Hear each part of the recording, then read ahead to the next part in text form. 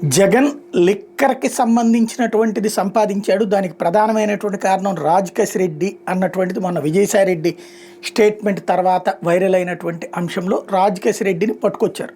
అసలు పేరు రాజ్ రెడ్డి.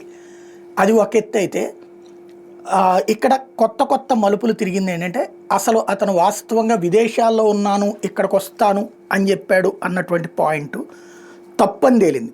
గోవాలో ఉన్నాడు. గోవా నుంచి పోలీసులు గోవాకి వెళ్ళి అక్కడ ట్రాక్ చేశారు.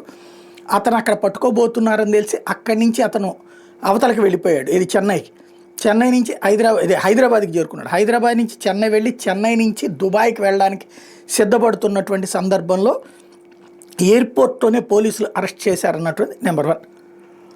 ఇక్కడ ఒక కాన్సెప్ట్ ఏమైంది, ఎప్పుడైతే ఎయిర్పోర్ట్లో పోలీసులు అరెస్ట్ చేశారో అదుపులో తీసుకున్నారు. 24 గంటల్లో కోర్టులో ప్రొడ్యూస్ చేసేయాలి.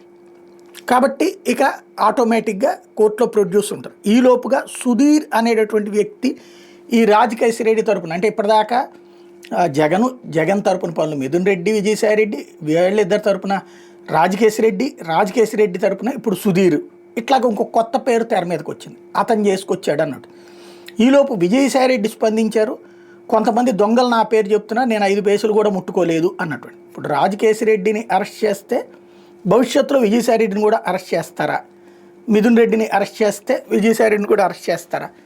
విజయసాయి రెడ్డి ఇప్పుడు బీజేపీలో చేరడానికి ప్రయత్నిస్తున్నారు కాబట్టి అక్కడ చేరితే ఏమన్నా వదిలేస్తారా? ఇది ఇప్పుడు $1 మిలియన్ ప్రశ్న.